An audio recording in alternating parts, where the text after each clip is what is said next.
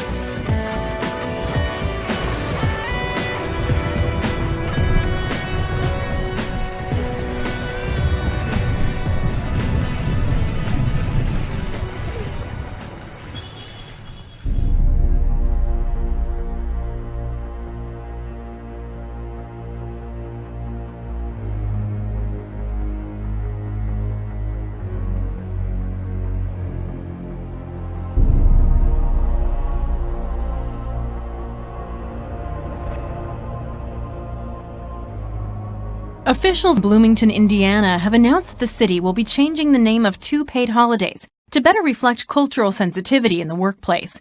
According to the Herald Times, Mayor John Hamilton sent a memo to staff on Friday informing them that going forward, Columbus Day will be called Fall Holiday and Good Friday will be referred to as Spring Holiday. In the message, he reportedly stated, "We are terrifically proud of our diverse workforce at the city. That diversity makes us stronger and more representative of the public we proudly serve. These updated names for 2 days of well-merited time off is another way we can demonstrate our commitment to inclusivity." The move has been applauded by some on social media, but critics claim it is politically correct and blasphemous. Well, a football program in Lackawanna County is being forced to change one of its pregame traditions after more than 3 decades. The Freedom from Religion Foundation, based in Wisconsin, recently complained to the Dunmore School District because longtime head coach Jack Henzes was leading his team in a pregame prayer. When you think of tight-knit football programs, the Dunmore Bucks come to mind. For years, Coach Jack Henzes has led his team in prayer before games. Sam Malia was on the 1985 team that won the Eastern Conference Championship. It just meant that we all came together as one unit, as one family. After being contacted by a concerned resident, the Freedom for Religion Foundation sent the district a complaint letter. Part of it read, "When a public school employee acting in an official capacity organizes, leads, or participates in team prayer, he effectively endorses religion on the district's behalf." It's been a tradition for years. They pray for the safety of their, our team, the other team we're playing, that it'll be a good game. In a statement, Dunmore superintendent told Eyewitness News, "The law is cut and dry. We talked to all our coaches. We wanted them to understand what types of behaviors are acceptable and which ones are infringing on the law. Former players are irate." I don't think they have any right to butt their nose into our business. We've been doing this for, 30, 40 years, and all of a sudden it's an issue?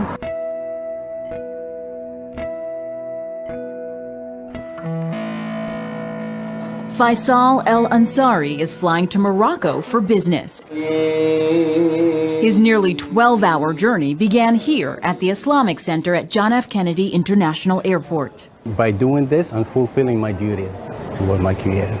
This small mosque is filled with travelers and airport employees. Imam Ahmet Yusaturk says attendance is growing. For Muslims, it is very important to have a space like this so they can go inside without disturbing anybody, pray, connect with God, and go on their way. More than half of the nation's busiest airports have a dedicated space for worship. Most are interfaith.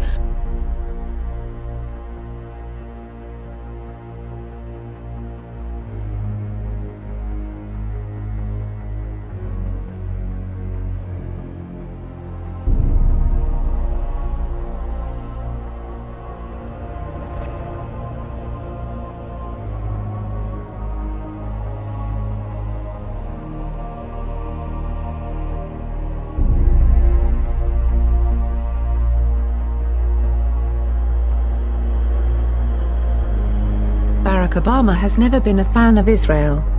He's preferred helping and supporting the radical Muslims in the region. As we near Obama's final days in office, people are understandably nervous about what crazy last-minute tricks he may pull. Obama said during his final speech as president at the UN General Assembly that Israel would be in a better position if it did not permanently occupy and settle Palestinian land. President Obama wrapped up his final overseas trip as president today, meeting with world leaders in Lima, Peru. The president met face-to-face with his Russian counterpart, Vladimir Putin. There's been a lot of anticipation over whether President Obama and President Putin would hold a meeting on the sidelines of this weekend summit, and today they got their answer because the two world leaders held a very informal and brief meeting lasting just around 4 minutes, but that, it seems, is enough time for the two world leaders to approach two very hot topics for both countries, one being Ukraine and the other being Syria. Now, with regards to the situation in Ukraine, the two expressed regret that more progress hadn't been made with regards to the situation there. Let's not forget that sanctions on Russia with regards to the situation in Ukraine have just been extended by another year. On the topic of Syria, the two said that they hope to use the 2 remaining months of Obama's presidency to continue to seek ways to bring relief to the people of Syria. Now, if body language is anything to go by, the meeting between the two was certainly not overly friendly. There wasn't any smiles or jokes between the pair, but they did end on a handshake, and that handshake marks what would be the final meeting between President Putin and US Barack Obama before the US president steps down in January. Vladimir Putin confirmed that President-elect Donald Trump would be willing to mend ties with Russia. On Sunday, Putin told the press, "The president-elect confirmed he is willing to normalize Russian-American relations. I told him the same. We did not discuss where and when we would meet." At this point, we see that the president-elect is busy shaping his team, so it would be even hard to make an arrangement for our team members to meet because he doesn't have a team yet. So let's wait. We still have some time. Time is running out for eastern Aleppo. That was the message of the UN Special Envoy for Syria as he left talks in Damascus. He expressed his fears over the continued regime bombing of eastern parts of the city and confirmed that the government rejected a truce proposal which would have allowed the opposition to administer the eastern part of the city. The Syrian foreign minister said it was not acceptable at all to leave some 275,000 of our people as hostages to 6,000 or 7,000 gunmen. He continued, "There is no government in the world that would accept that."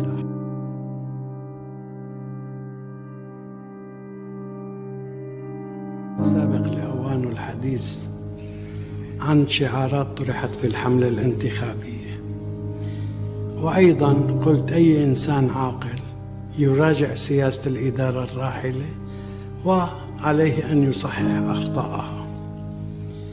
نحن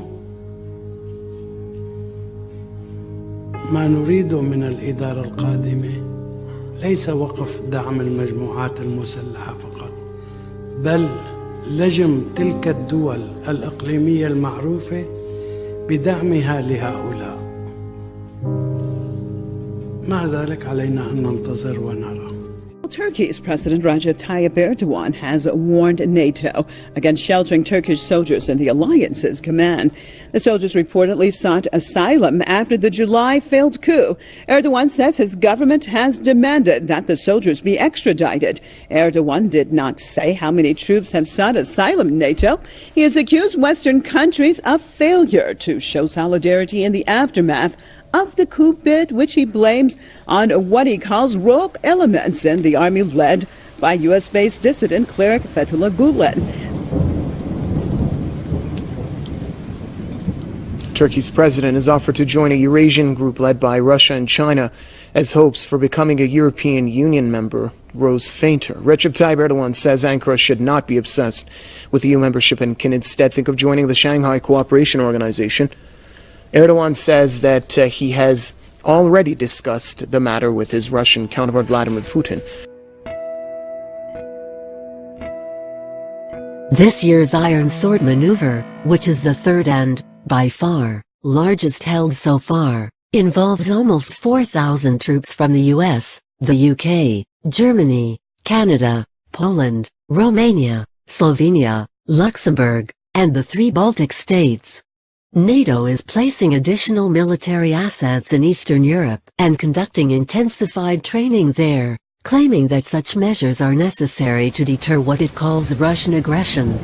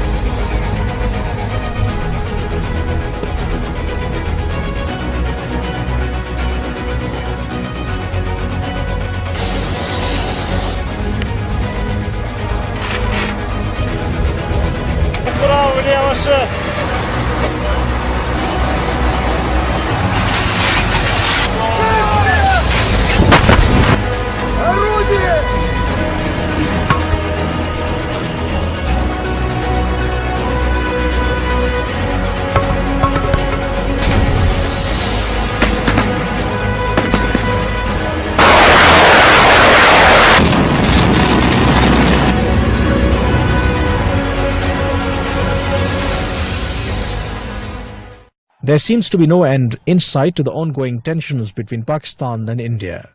Relations between the two neighbors have been tense following an attack on an Indian military base in September. There have been repeated ceasefire violations by the two sides along the line of control, which is a de facto border that divides the Himalayan Kashmir region. Adding to the tension was the recent claim by Pakistan that it had prevented an Indian submarine from entering its maritime borders. Also, Pakistan shot down an Indian drone on Saturday amid the simmering tensions.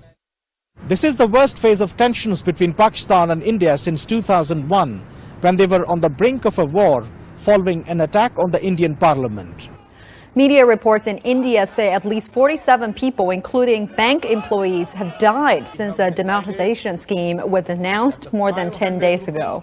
Some reportedly died of shock, while others committed suicide. Millions continue to line up at banks every day to withdraw money or exchange the now worthless 500 and 1,000 rupee notes.